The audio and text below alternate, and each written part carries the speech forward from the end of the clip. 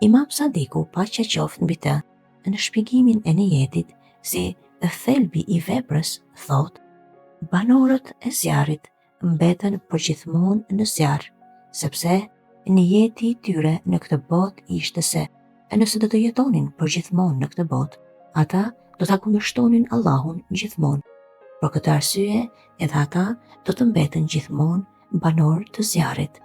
Në të kundërt, besimtarët do të shpërblehen për niyetin e tyre të mirë, sepse ata kanë patur gjithmonë për qëllim që të kryejnë veprat për hir të Zotit. Profeti Muhammed, paqja e bekimet e Allahut qofshin mbi të dhe mbi familjen e tij, thotë: veprat vlerësohen vetëm sipas niyetit.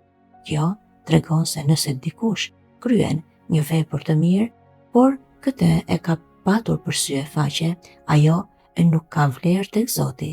Por nëse dikush ka bërë niyet për të kryer një vepër, por nuk arrin ta mbarojë atë, apo nuk arrin në përfundim për ta kryer atë, Allahu e shpërblen këtë njeri, njësoj si kur ta ketë kryer atë vepër, për faktin se niyeti i tij është qëllimi për të kënaqur Allahun e madhëruar.